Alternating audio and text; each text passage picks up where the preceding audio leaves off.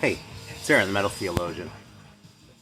So we'll see how this goes. I've been sort of teasing making like a new like updated, Ironworks Azra Metal Storm video for a while. And I kind of haven't gotten around to it because I'm like worried about like putting the shit in the right order and that. But I figure y'all don't care about that sort of thing. You just care about which records are good and which ones aren't. And the fact is, well, if you collect metal, you've probably come across these names, right? The big ones are probably Ironworks and Metal Storm, and Ironworks probably was probably the most important of the three. And like, it's kind of the label, but it's a group of labels. It was all kind of run by the same guy, and it was all kind of done in the same way, which is kind of a half-assed way. Like, you're all run by this guy named Dave Richards, and he was just really in like different shapes and things like that. So he'd have like heart shapes and like square shapes, and just like a ton of different versions of like anything you could think of that was associated with one of the records that he was actually putting out like as an actual release on the label. So it's kind of infamous among collectors for having like tons of just like tons of shit to collect if you're into that kind of shit. But from my standpoint, it's kind of useless because I'm just more interested in like listening to the records and then having like 10 copies of, a Dark Angel that's just Welcome to the Slaughterhouse, but they're all different shapes. So what I've kind of done over the last 20 or so years, maybe a little more, is basically search out all the ones that are good, and then a couple that aren't so good, right? And then, basically represent the band sort of as completely as is realistic, right? So, like, I have a copy of the Dark Angel album in here, but I don't have all those fucking singles. They're the same thing. Also, first on the list that we're going to start with today, because I didn't put them in order, is going to be this one. And this one's here, but there's no, like, Love Hunter spelled L-U-V or Hans Naughty or something that's a fucking really, like, bottom of the barrel, direct looking glam bands that came out on these labels, too. Because there's just never been a point in my life that I was interested in checking out a band called Love Hunter spelled L-U-V or fucking, Hans Naughty. There's never really been a time when I was going to be particularly open to a band called Hans Naughty. So yeah, I don't have those. But if I'm showing it here, it's pretty much one of the ones where you're going to want to investigate if you're interested in this sort of little thing, And as far as sort of just from an obscurity level, like when you get into collecting this shit, you start collecting your metal, obviously your big label shit, Then really, once you sort of scratch past the surface where like Judas Priest and Iron Maiden and a couple of those guys live, you're at like the level of like Metal Blade and Combat and like in Germany like Noise and Steamhammer, and that's like where most of the shit was actually happening, This is a fucking great song, by the way, the Steamroller. So then when you go the next level deeper than that, that's kind of when you get to like your Neat and your Guardian and like your Ironworks and Metal Storm and that kind of shit. It's kind of how I think of it, So this isn't necessarily surface level stuff, but it's not like the most obscure shit on the planet either. Anyway, man, so most of these are going to be Ironworks. There are a couple Metal Storms, and I'll just show them as we get there. A couple Azras, too. This is an Ironworks. And they all have this sort of, like, cheap, like, layout and shit, right? I mean, look at that font, right? And this cover's great, but they obviously stole it from somewhere, But, like, as someone who collects, like, private pressings, this really has all the hallmarks, I mean, everything about it. The really low catalog number, just shit like that. And there's the executive producer, D.T. Richards. I actually met him once for like an afternoon when I was living in L.A., and so I got to know the guy a little bit. He's just kind of a strange guy, but he's super nice. Couldn't have been nicer. Which is kind of ironic because like I know some of the bands down the road, like Overkill, like on the first record, they thank him. On the first record not his label, they're like, fuck that guy, So I have no idea what happened. I have no opinion. I have no idea who may have been right or wrong.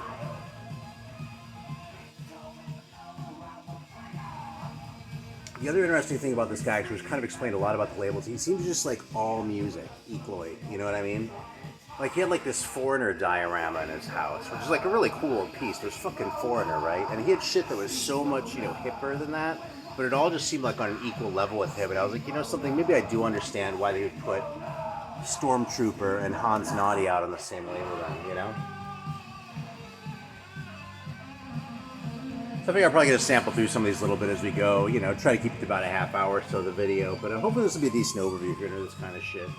So this band's kind of known, this is Vixen, the Made in Hawaii EP, and this is kind of known for being a precursor to, well, basically it's a Marty Friedman band. This is a precursor to Hawaii, who then gave Marty Friedman to, I think Megadeth it was, and they actually had a song on one of the Metal Massacre comps as Aloha. So they sort of went through, like, first they were Aloha, then they were Vixen, then they were Hawaii, and then they split up. But they're probably that the best is Hawaii, but this is a fun record. It's really good. Kim LaChance, I don't know how she said it, but the singer is really good. Gives it, like, a lot of edge. Not like this sort of, you know, girly shit, but like the real sort of metal sound that you want in a singer, you know? So yeah, there you go. Metal notes. Metal assault from the island of Oahu. That's so intimidating. Oh fuck, not Oahu. Anyway, it's a really cool record. Not really the greatest thing ever, but a very cool record, and not a record you feel bad about letting run to the end when you listen to it. I almost said play the whole thing, but it's actually only one-sided anyway, so. So I don't know anything at all about this band. This is Axm. And,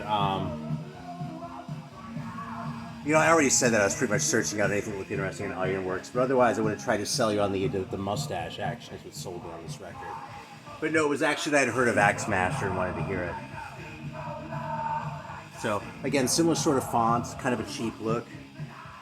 But a really cool, really smoking record. This one has a lot of personality.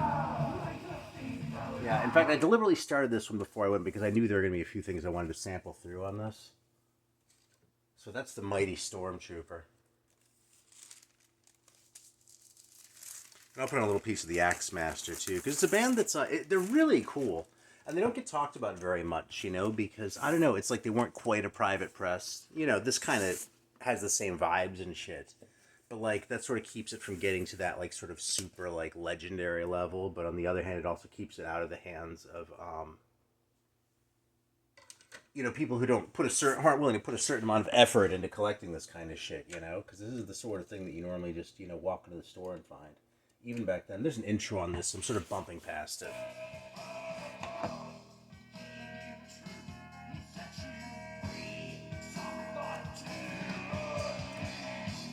I like put this one away before I start dropping shit all over the place. The next one I'm going to show is one that wasn't really on my radar actually until someone left me a comment about it. It was one that I'd sort of lumped in with the glam ones, I guess. So if you find another mistake in this thing, like I'm willing to sit here and say I pretty much have the good Ironworks and Metal Storm releases covered, but that doesn't mean you won't find one that I'm not aware of. So if you do find one, let me know, okay? That's that fucking comment section is for. But yeah, so this sort of got lumped in with some Chicago bands, and so he lumped it. I was talking about Chicago shit, and this guy said, "Oh, I like these other bands from Chicago, including Devastation, Run." And I'd never heard of them, but between the fact they're from Chicago, and there's some good bands from Chicago in that era. And then when it turned out they were on Ironworks, I figured I had to give it a shot. And the fact is, this is pretty glammy, you know? Actually, it's more AOR-y than it is glammy. You know, it's not that heavy, but it's a pretty good record, and it has some, you know, it has some nice hooks and that sort of thing, so it's a good record.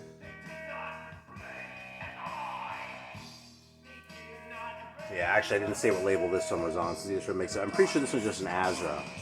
Yeah, right there, Azra Records. So this is really all the same operation, though. I mean, I don't know how closely together they worked in practice. I don't know if it was set up for tax reasons or for distributors or to give the appearance of a bigger scene in LA than there actually was. You know, I could see that as being the idea too, you know. Here's the Liege Lord record. This one got reissued on Black Dragon and with a different cover, and that one's kind of harder. That one's probably a lot easier to find than this one. This sort of weirdly homoerotic one with the warrior on it, which is really kind of a little bit out of keeping with the band's sound to a certain degree, because they kind of had that epic thing going on to a certain degree. But these guys were never Man-O-War. You know, it kind of took me longer to get into Liege Lord because of that. You know, it's like I was expecting... Oh, I don't know, it's hard to sort of retcon these stories after the fact, you know, but it took a while for this band to click, and at a certain point when it did, it's sort of like, okay, it has the epic thing, but they're not Manila Road. I can't, like, expect them to be Manila Road, you know? They're kind of their own thing.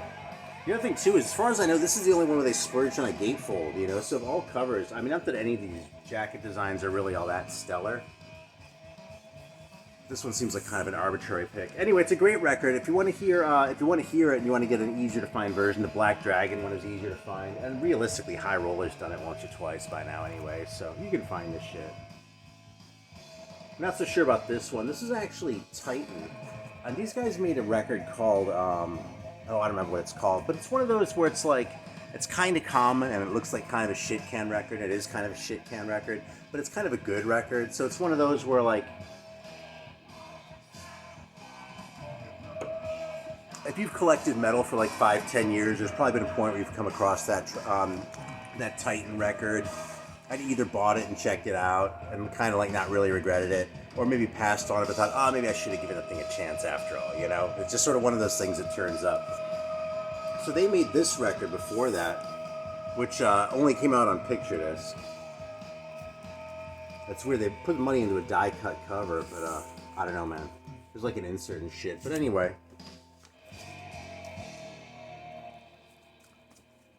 It's, honestly, these guys didn't really make a very serious impression on me. This thing kind of looks more interesting than it is. You know, it's not bad at all. But whether it's really worth the effort to find this one is another question. If you come across it cheap, by all means grab it. And if that record that I'm talking about, God, I can't remember the fucking name of it. It has like some like blacksmith with like a furnace behind him and he's like hitting on an anvil. And it's called something really stupid like hitting a piece of metal or something like that. Only not funny like that. It's like just something kind of lame, you know. It's not one of the pluses, that record. It's one of those where you look at it and you're like, well, the execution is a little bit flawed here. I gotta put this away later. You know, the execution is a little bit flawed here, but they were kind of on the right track, so maybe give them a chance, you know. I kind of love the singer, that sort of like growl thing he has going on. This record always feels really quiet. I always find myself turning it up as I listen to it, so here I'm doing it on camera too. So here's the first Dark Angel. I didn't notice actually until Dave Richards pointed this out himself to me actually, but if you haven't noticed this before, look at this particular witch right here and compare it with your copy of Sabbath Bloody Sabbath, because they lifted it pretty directly. But the rest of the art was original.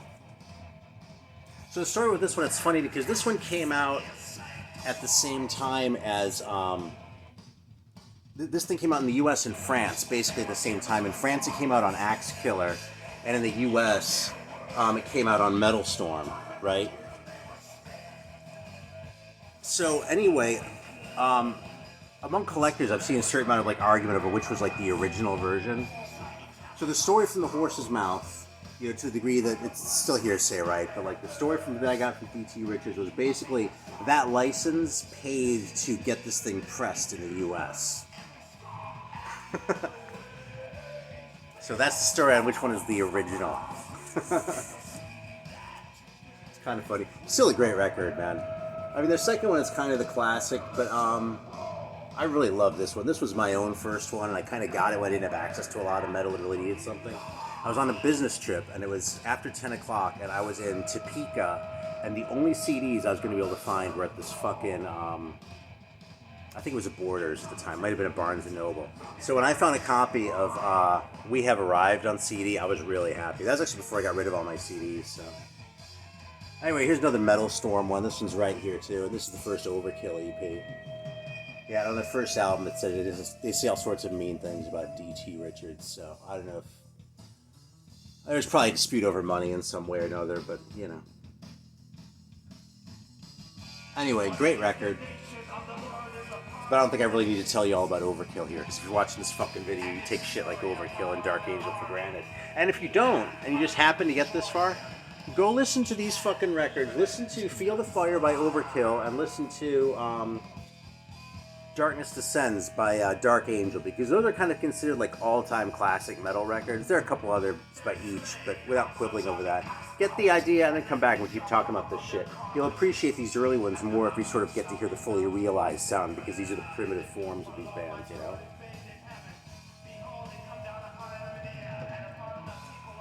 But that's the aside for the new guys.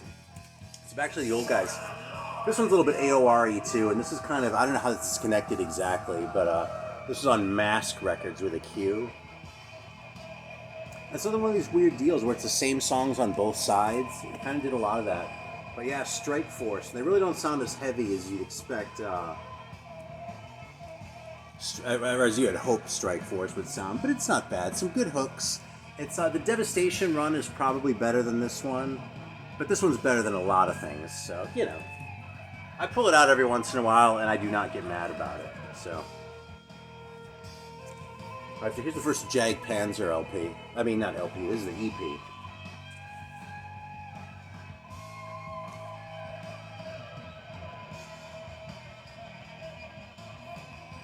Yeah, and anyway, the story actually, because that came up in conversation with Mr. Richards too, and the story that he said was that like where the band name came from, because I was like, what the hell does that even mean? And supposedly they like needed a band name, and there were like this is like in LA in like the 80s, right? There were like some Mexicans driving around in like, I don't know, a lowrider car or something is how I imagine it, and they had a vanity plate that said Jag Panzer, and they were like, that's fucking great, that's gonna be our band name.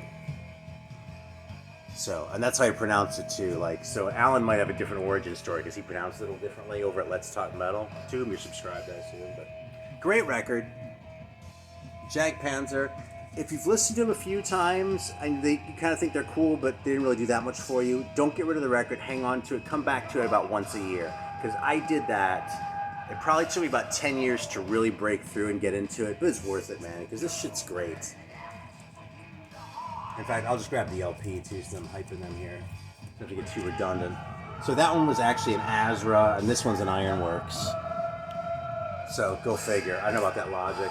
And like, even though like this is sort of a, you know, it's sort of one of those records that people know about, it still has the super cheap font, like Heavy Metal Records-ish there.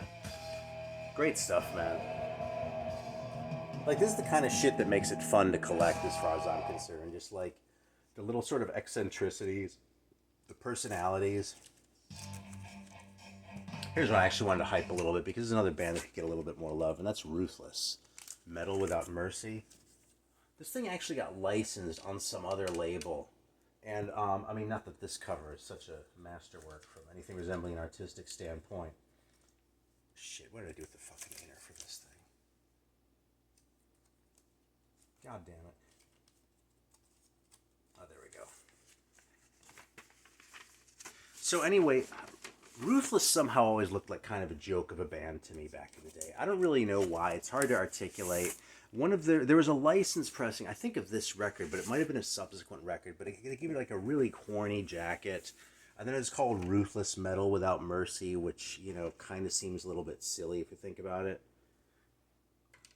And I don't know. And, you know, I was a kid and, like, looking for reasons to not care that I couldn't buy every single record, you know. So I didn't check this one out until a lot later. And first of all, if I had seen this fucking band photo a little bit earlier, I might not have snoozed on this fucking record for so long. But this thing really smokes. It's really kind of ferocious.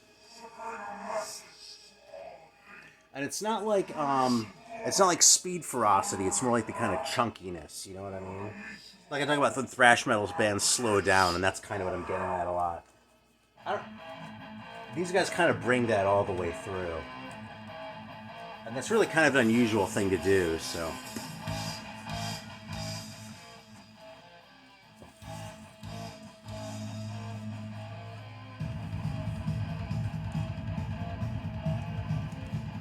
Some drive, right? Let's go for a couple more picture discs here. So this is the Mercenary picture disc. It also has an insert that, like, it came in one of those plastic things, the ones that, like, after a few years stick to the record and shit. So this is how I do those. Here, like, record storage tips for the metal thelos, and you almost never see this shit. But I put these in my own sleeves, and then just use these, you know, these fucking Japanese poly or whatever they call them sleeves, and just keep them like that. And those plastic ones, I used to keep it because they're old, but dude, it's just fucking broken plastic that's yellowed and shit. I just throw that shit away. If there's a hype sticker or something on there, I'll deal with it. But otherwise, man, I'm not enough of a collector to peep fucking 30-year-old piece of fucking soiled plastic just because it's 30 years old, you know? So if that bothers you, then tough shit. It's my fucking records. This is the Mercenary record. Kind of looks about, it kind of is about as cool as it looks, which is pretty fucking cool, you know? Mercenary, choose death. And these pictures are always so weird, like it's like there's no information on here, you know? All the information's on the insert. That's the other thing, is like for all the picture discs and shit that came out on these labels, the art just always seems kind of not all the way there, you know? Like maybe there was speed over quality going on, and maybe emphasis on speed, if you know what I mean. But yeah, this Mercenary record's great, though. It's a lot of fun. It's not like an earth-shaking thing. When you listen to Mercenary, it's not like you're hearing, you know, Peace of Mind for the first time. It's just a really cool, like, metal record. And this one, Righteous Sin, this is a good one, too. It's not as good as Mercenary, but I might have convinced myself of that, because even though I found this in the wild, which is cool, that's what the plastic does, by the way. I mean, I know that it actually does it, but that's what the plastic ends up looking like after a bunch of years, so. This record, unfortunately, is so fucked up. It has a couple, like, skips in it. In fact, it's another one where it has the same songs on both sides, but neither one plays through successfully. So it's cool that I found this just randomly at a shop in New York, but that was kind of a bummer. So, I like Mercenary better, but I can't rule out the possibility that I've just convinced myself that I like Mercenary better because that's the one that plays properly. So it's a little less upsetting to me if the Righteous Sin isn't quite that good. But it's a good record, you know? Yeah, this fucking Ruthless is so much heavier than what I thought it was going to look like. This Intruder one people seem to know about. This one comes up in... I think I've seen like Harmless Rebel and shit show that. Like Scott Waters, you know what I mean? Those guys. This record makes the rounds. I think they had a record or two on a bigger label later. I don't think this record's all that great, really. I don't think there's really anything wrong with it. I just think it's a little bit samey and kind of ordinary. And, you know, maybe I'll come up here in 6 months and go, oh my god, that fucking Intruder record, now I get it, you know?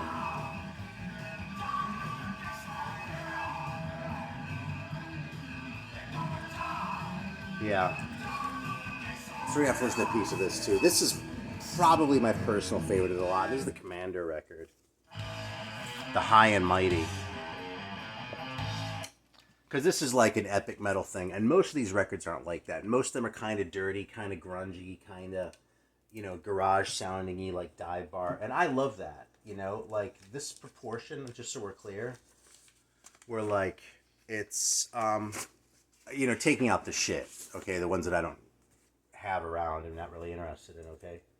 But out of, like, the interesting Metalworks and Iron Storm catalogs, like, 80% of it is, like, sort of that dirty stuff. And then, like, 10% is just, like, surprising in some other way, like Ripper. And then there's this fucking Commander record, which is just, like...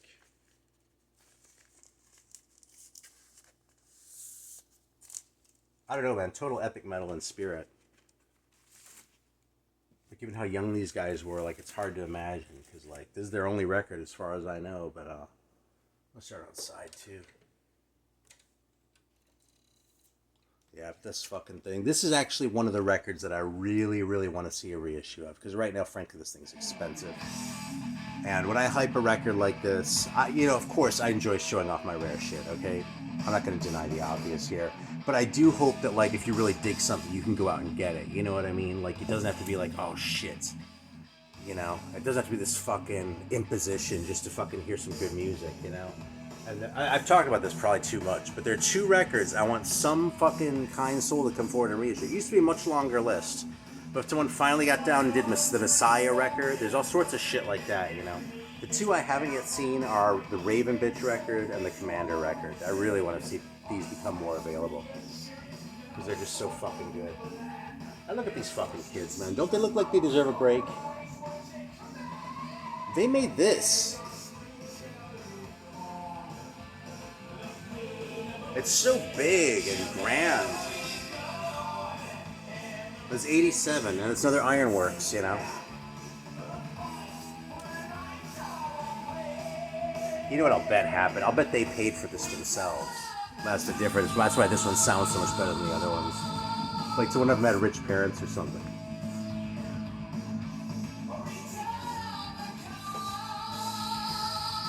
But they're really good too. The playing on this is really good too, you know? The record's really flawless, if you ask me. Now, when I think of the eccentric ones, this is probably the most eccentric one. This is another one that took me a long time to come around on. This is actually not an original. This is the only one here that isn't a real one that I'm showing. This is the Black Widow reissue from, I don't know, about 20 years ago, something like that. And this one took me a while to get into because it is just so batshit crazy. This record is like, this record makes the Joe Step record seem like well produced. This record is like, it's like, you know how when you watch an old episode of The Twilight Zone, like, on TV, it's like, it's really cool, but then there are these, but it's really kind of simple in a way, too. But then there are these ads that keep coming in the middle because you're watching it on TV, and that kind of breaks it a little bit. That's kind of what this record is, except the only thing that isn't right is if you're watching it in that scenario, it would be modern ads. And if you're watching it now with, like, ads from, like, 59, 60, like, ads for cigarettes and shit, that's kind of what this record would vibe out like, because it gets really weird and sort of, you know, occulty and spooky and like weird with like, there's a woman in the band like screaming and shit, and it just sounds like they're in a fucking graveyard like dancing around. And then it'll bust into something that sounds pretty much like a good metal song, but it's like still really eccentric. And it'll be this other weird sort of like interlude-y thing where you're not even sure if it's an interlude or a song or not. And I'm probably making the sound a little bit better than it actually is. But it's really pretty fantastic, and it's one of those records where even if you don't like it, you're kind of glad you've heard it, because it's just such a fucking unique experience. We actually got through these a lot faster than I expected, and it's possible there are a couple on the shelf that I overlooked when I was pulling these, but the timing is just about perfect too, man. So last I'm going to show is actually the earliest one, because this one goes all the way back to 78. I give it the earliest of the other ones is like 80, maybe 81, more like 82, 83, 84. I don't really know what was going on in the interim, you know? But that's the Centaurus record. You know, I remember this as being kind of a lame, like late 70s, you know, kind of hard rock album, you know, like Bad Company-ish or something like that. I put this on before making this just to give another chance, and actually because Harmless Rebel sent me the picture disc of it, which is fucking fantastic. I actually played the picture disc. But it's a lot better than I remembered, man. Like, it definitely sounds like sort of the tired end of the 70s, you know? But it kind of rocks, and the songs are pretty good, and it's pretty committed. And, you know, there's really nothing to be ashamed of with that record, you know? As the first release on, you know, in the pantheon that is the, you know, Azra Metal Storm Ironworks catalog. That's kind of a weird one. It's sort of like Bitch Be My Slave being the first noise record, you know? But that's how it worked out, so. Alright, well, if you sat through to the end, thanks for watching. And yeah, if you want to read about this shit, I mean, there are people who have compiled like real compilations and things like that, you know, you can really get into details. I'm not really all that interested in like the characters and that sort of thing. To me, these sort of stand as pieces of art, just in a sort of timeless way. And like, it's not like it spoils it to like know about the band, but it's not really something I seek out necessarily either. So you can probably find a ton of information that I've not even touched on at all here. But you won't get my personal D.T. Richards anecdotes. Yeah. Anyway, I hope this was a good little introduction if you weren't familiar with it. Maybe a little time with some old friends if it was. So, thanks for watching. It was a fun one to make, man.